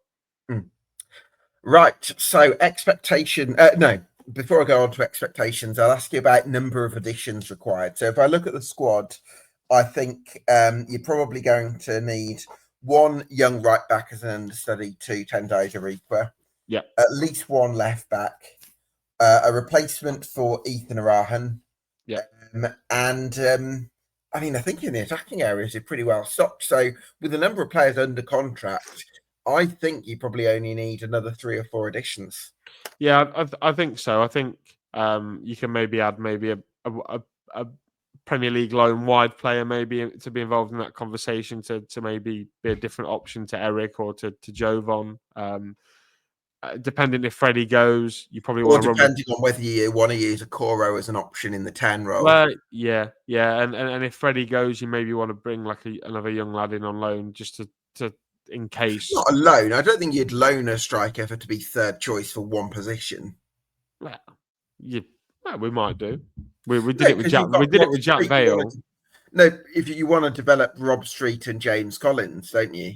I mean, because Ideally, but I think maybe you bring in another young lad that's maybe a little bit at the start of their journey, or you bring someone in from the academy, or Zane can also play up front if he needs to. And you've got Ben House as well, who can play as a 9. yeah. So you've got that flex. So yeah, I think look, fans are always moaning, aren't they, that there's no transfer news and there's no signings. When you got this many players under contract, it's hard to, Well, this is what I mean. I've had it up to here. I'm getting asked all the time, when are we going to sign people? Who's coming in? How many are we going to sign? I'm just thinking, I don't think we.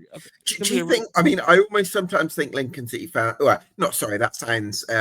I think football fans would be happier if you started the summer with nobody under contract and made 22 signings than had 22 players and or whatever. Literally, exactly. I agree. I think we're maybe, but I think what that allows us to be, Gab, is selective with who we bring in. We'll have money from the Sean Rowan sale. We'll have money from the Ethan Arahan sale. We can be picky and we can go after targets, and we're not going to be shopping in the free agent market. We're going to be looking to probably pay fees for some players, if not bring in some superstar loans potentially. So, I'd say so. Maybe I'd say maximum of 4 more. I think that would be a good summer to bring a bit of depth as well. Yeah, absolutely. So expectations for this season, I think certainly the target should be a top 10 finish. But I think with Lincoln City and your place in the food chain, as you've quite rightly pointed out, you've also got to be very realistic about that and sort of tailor your expectations accordingly. Yeah, I think my expectation is top 12.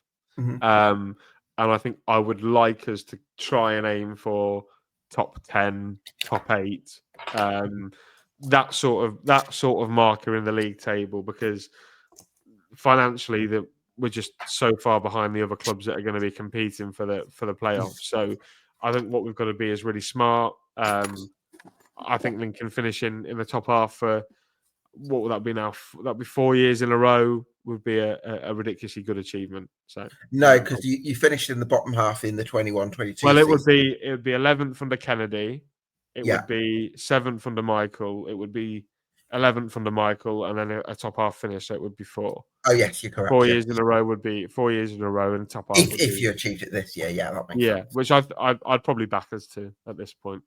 Okay, nice. What one thing I do think you have in your favour is that growth potential of the squad, where there's lots of players who you think are going to be better this season rather than last, and I think that's a really exciting component where that could be a bit of a leveler for you against the obvious daunting financial aspect of the challenges of League One. Right, I'm doing my 1 to 24 predictions in late July, Jake. And as you know from listening to this podcast, one of my processes for that this year is rating each team out of 10 on 14 different categories that I think are going to determine their fate. So I'm going to throw a category at you and you give me a number between 1 and 10. Absolutely, mate. Let's roll. Perfect. First one is ownership. I think I'll probably say 8 for ownership. The Clive Nates is really good. I would just like a little bit more investment from the Americans, if possible. They've sort of gone a little bit quiet. The Jabara family and the Allens, that's Wrexham.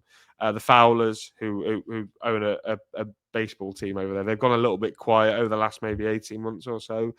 I'd maybe like to hear a little bit more about what the plan is going forward. But Clive as a bloke would be a 10, but I'll say 8. I think. Okay, 8 on ownership. Next one is infrastructure.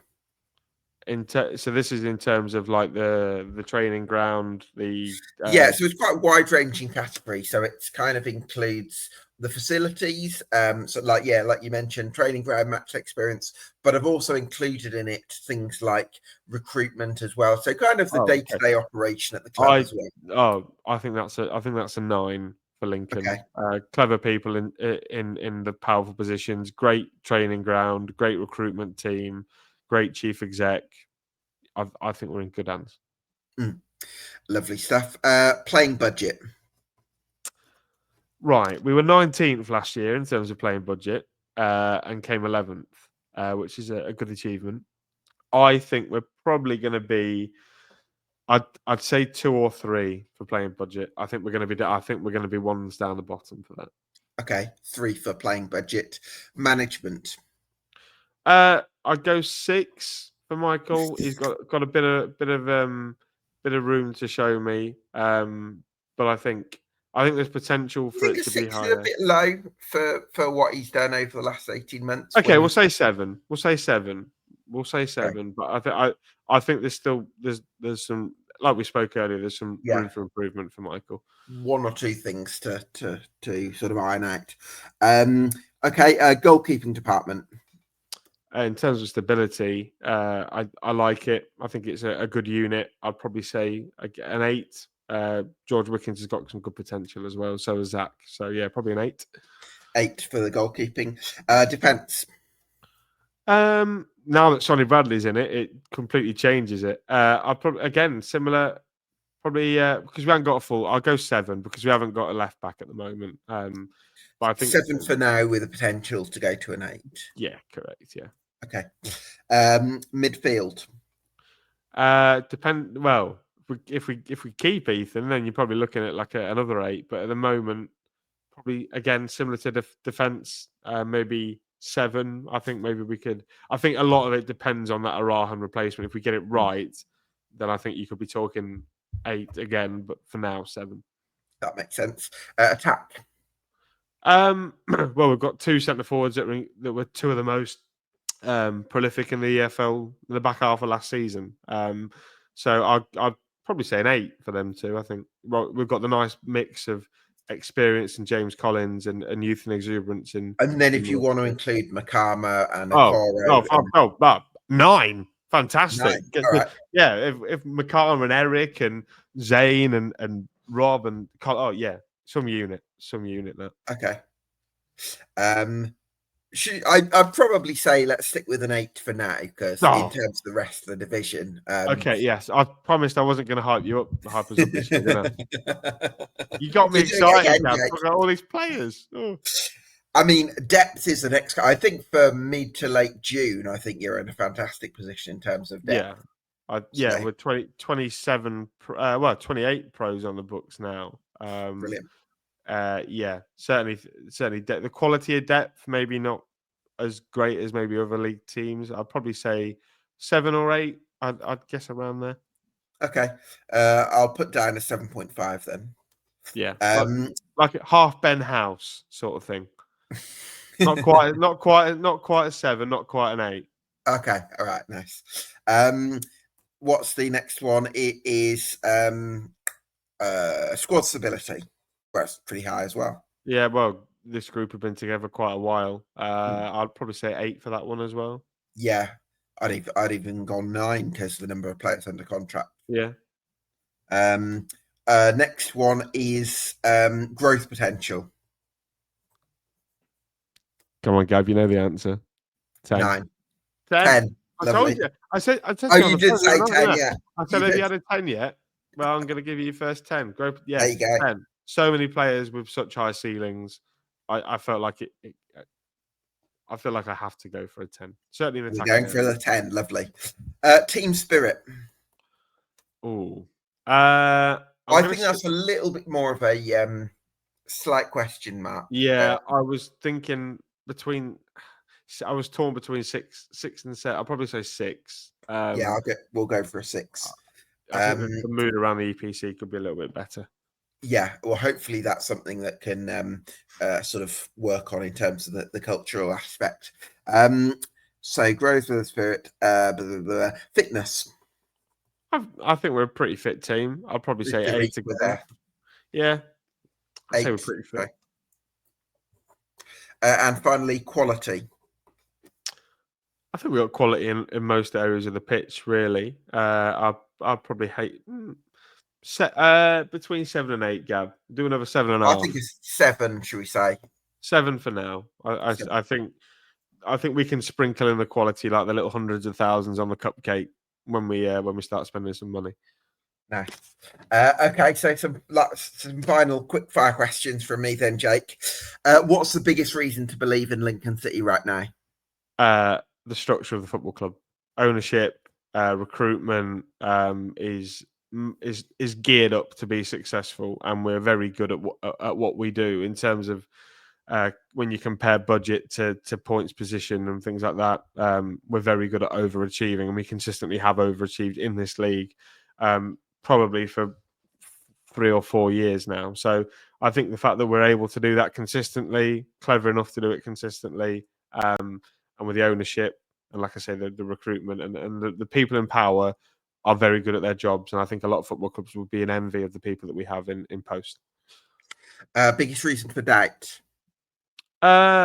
Again, I'd flip the budget thing on us because we won't have a bigger budget. Teams in mid-table will probably be able to offer bigger packages for players, and we all know that players are often financially driven. And the fact, and I think we're all financially driven to some extent, aren't we? So. Well, we all exactly, mate. I'd like to get paid more, absolutely. But yeah, I also think our place in the food chain in terms of like we lose our best players to teams in the same league as us, like Cordy, like Sean.